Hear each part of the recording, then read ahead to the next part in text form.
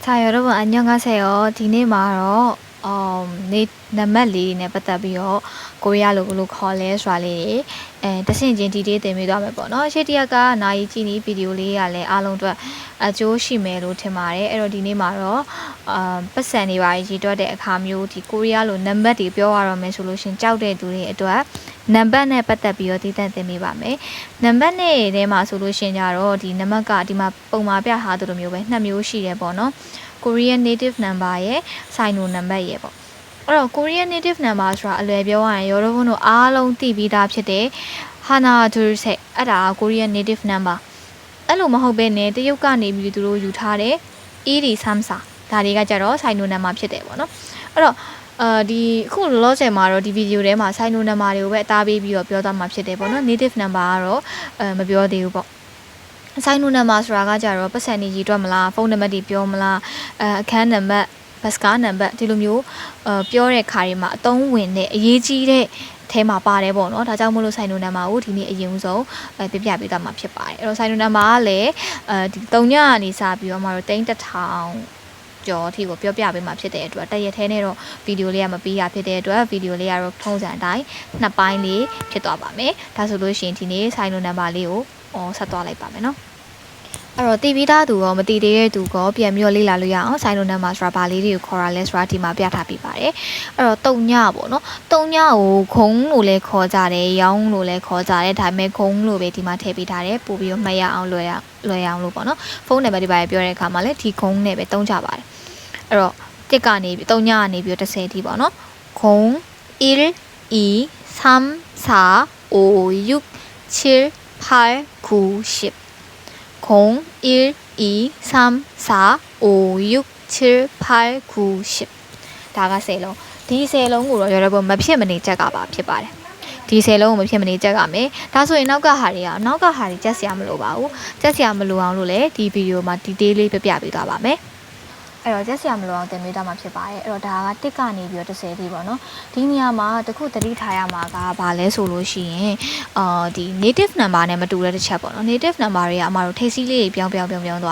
အဲ့ထိပ်စီးပြောင်းတာလေးတွေကိုလည်း like ချက်ပေးရတယ်ဥပမာဒီမှာကြည့်ပေါ့နော်10ပြီးသွားရင်20 30 40 50 60ဒါတွေကိုတစ်မျိုး like ပြောင်းပြီးတော့ချက်ပေးရတယ်ဒါပေမဲ့အခုတင်မဲ့ Sino ကအဲ့လိုမျိုးပြောင်းစရာလုံးဝမလိုပါဘူးတစ်ကနေပြီးတော့10ထိကိုရထားမယ်ဆိုလို့ရှိရင်3000ရှိထိတွက်လို့ရပါတယ်အဲ့တော့ကြည့်ရအောင်ပေါ့နော်အဲ့တော့စဉ်းစားကြည့်မယ်နော်10ပြီးရင်17ကိုရီးယားစာကမြန်မာစာဖွဲ့စည်းပုံနဲ့တော်တော်လေးနီးစပ်တာကိုတွေ့ရပါတယ်အဲ့တော့အမတို့10ပြီးရင်17ကိုစပြီးတော့ရေးမယ်ဟုတ်ပြီ17ကိုမြန်မာလိုပြန်ပြောတာကိုစဉ်းစားကြည့်လိုက်ပါ17လို့ပြောကြတယ်ပေါ့နော်17ဆိုရင်10ကအရင်လာတယ်ပြီးတော့မှတက်လာတယ်ဒီ17ကိုရေးရင်လည်းအဲ့ဒီပုံစံအတိုင်းပဲ10ကိုအရင်လိုက်ရှာမယ်10ဆိုရင်10ဟုတ်ပြီ17လို့ပြောတာဖြစ်တဲ့အတွက်တစ်ကြံနေသေးတယ်အဲ့တော့ e လေးကိုယူလိုက်မယ်10ပြီးဆိုရင်17ဒီလိုမျိုးနီလာလေးနဲ့သွားမယ်ဒါဆိုရင်အမ15လေးကိုပေါင်းကြည့်ရအောင်15ဟုတ်ပြီ15ကိုမြန်မာလိုပြောကြည့်မယ်15အဲ့တော့10နဲ့5နဲ့ပေါင်းတာဖြစ်တယ်10နဲ့ O နဲ့ပေါင်းတာအဲ့တော့10ကို15ဆိုပြီးတော့ဖြစ်သွားတယ်ရှင်းဗီဒီယိုမှာလည်းပြောထားဘူးတယ်16ကတော့နည်းနည်းလေးခရူးဆိုင်ရမယ်16 10နဲ့6နဲ့ပေါင်းမယ်အဲ့တော့10က10 6က U အဲ့တော့10 U ဆိုပြီးတော့ပျော်ပြီးတော့အတန်ကြီးထွက်လိုက်တယ်ဆိုတော့အဲ့မှာမှားသွားပြီသူကဘာနဲ့ U နဲ့တွေ့ရင်အဲ့ဒီဘာကိုကြတော့မအတန်ပြောင်းသွားပြီးတော့ဒီ U ကိုကြတော့ New တန်ပြောင်းသွားတယ်ပေါ့နော်အခုဆိုရတာ New တန်ပြောင်းရတယ်ပေါ့အဲ့တော့ကြောင့်မို့လို့10 U မဟုတ်ဘဲနဲ့10 New ဆိုပြီးတော့ဖြစ်သွားမယ်10 New ဒီလိုမျိုးနီးလေးနဲ့ပဲမတို့ဆက်ပြီးတော့ပေါင်းသွားမယ်โอเค16ကနေသွားလိုက်မယ်19ပြီး20ရောက်လာမယ်โอเค20ကိုကြည့်မယ်20ဆိုရင်2နဲ့10နဲ့ပေါင်းတာ20ဟုတ်တယ်เนาะမြန်မာလိုပြောမယ်ဆိုရင်20အဲ့တော့2ကိုအရင်ရေးလိုက်မယ် e 10က10ဆိုတော့ e 10ဒါမျိုးနည်းနဲ့သွားမှာ e 10ဟုတ်ပြီ24လေးလည်းပေါင်းကြည့်တာပေါ့နော်အဲ့တော့24ဆိုရင်24 2ရဲ့10ရဲ့4ရဲ့ e 10စာဒါမျိုးလေးနဲ့သွားမှာနော် ဆိုရင်29လေးလည်းပေါင်းကြည့်ပါမယ်29ဆိုရင်20ရဲ့9ရဲ့ပေါင်းမှာဖြစ်တဲ့အတွက်29ဆိုပြီးတော့ဖြစ်သွားပါမယ်အခုအမ share လုပ်ပေးနေတဲ့ပုံစံကအမတို့တင်တန်းမှာအတန်းတွင်းမှာတင်တဲ့ပုံစံဖြစ်ပါတယ်เนาะအတန်းတွင်းမှာလည်းဒီလိုပုံစံအတိုင်းပဲတင်ပါတယ်တကယ်လို့ကိုကကိုရီးယားစာကိုအခြေခံနေစပြီးတော့တက်ချင်တာပဲဖြစ်ဒါမှမဟုတ်လက်ရှိရောက်နေတဲ့ level မှာနည်းပို့ပြီးတော့ upgrade ဖြစ်ချင်တာပဲဖြစ်တင်တန်းလေးဖွင့်လာတာမို့လို့လာပြီးတော့စုံစမ်းလို့ရပါတယ်တင်တန်းလေးမှာလည်းဒီထပ်ပို့ပြီးတော့အသေးစိတ်ကြတာလေးပြောပြီးတော့တင်ပေးတယ်ပေါ့နော်ဒီမှာလည်းအသေးစိတ်ကြအောင်တော့ပြောပေးထားပါတယ်Okay အဲ့တော့29ပြီးပြီဆိုတာနဲ့30လေးရောက်သွားမယ်30လည်းထိုးနည်း၎င်းမယ်30 3နဲ့10နဲ့ပေါင်းတာဖြစ်တဲ့အတွက်3ကို3 10ကို10 30ဆိုရင်30ဟုတ်ပြီ33ဆိုရင်ကြတော့30ရဲ့3ရဲ့ပေါင်းမှာဖြစ်တဲ့အတွက်33ဒါမျိုးလေးတောင်းမယ်ကျန်တာကလည်းအတူတူပဲမို့လို့မပေါင်းပြတော့တာเนาะဟိုအရင်လိုမျိုးဇရာကြီးကြည့်ပြီးတော့ကြက်နေတဲ့သူတွေရှိမယ်ဆိုရင်အဲ့ဒါတွေကိုကြက်စရာမလိုတော့ဘူးဒီလိုမျိုးနည်းလေးမှတ်ထားလိုက်လို့ရှင်တော့လွယ်သွားလိမ့်မယ်တကယ်လို့ကိုကတစ်ခေါက်တည်းကြည့်တာနားမလည်ဘူးဆိုရင်နှစ်ခေါက်ပြန်ကြည့်ပါအဆင်ပြေပါလိမ့်မယ်အဲ့ဒါကိုမှထပ်နားမလည်ဘူးဆိုလို့ရှင် comment မှာမေးခဲ့နိုင်ပါတယ်သိချင်တာလေးတွေပေါ့နော် Okay ဒါဆိုရင်33အလိုနဲ့တွားလိုက်မယ်ကဲ40ရောက်သွားပြီ40 4နဲ့10နဲ့ပေါင်းမယ်လေ4ကိုစာ10ကို10အဲ့တော့စာ10ညီမလိုပြောတဲ့မျိုးပဲ40ပေါင်းတဲ့မျိုးပဲ4ကိုအရင်ရေးတယ်ပြီးတော့မှ10ကိုရေးတယ်40ခင်ဗျနော်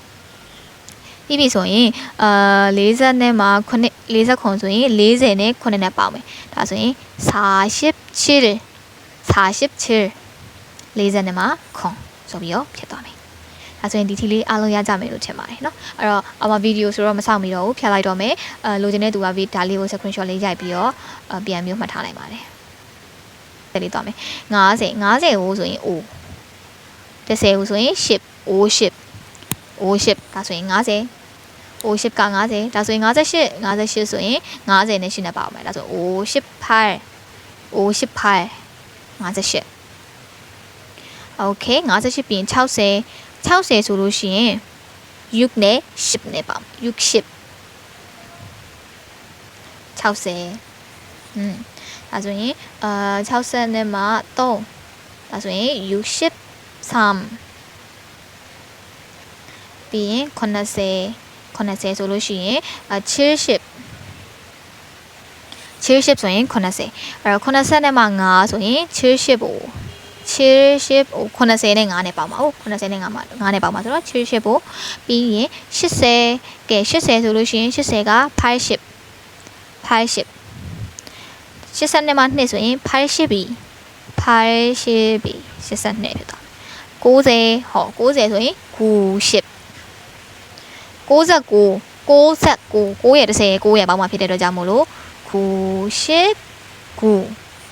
99ဆိုပြီးတော့69ဒီဖြစ်သွားမယ်အဲ့တော့ဒီနေ့ဗီဒီယိုအရင်ရှေ့သွားမှာဆိုလို့ဒီဗီဒီယိုထဲမှာတော့69ထိပဲပြခဲ့တာဖြစ်ပါတယ်နောက်ရက်ဗီဒီယိုမှာတော့ကျန်တဲ့အပိုင်းလေးအရေးကြီးတဲ့အပိုင်းလေးတွေကိုဆက်ပြီးတော့သွားမှာဖြစ်ပါတယ်오늘은 여기까지만 하겠습니다 끝까지 봐주셔서 감사합니다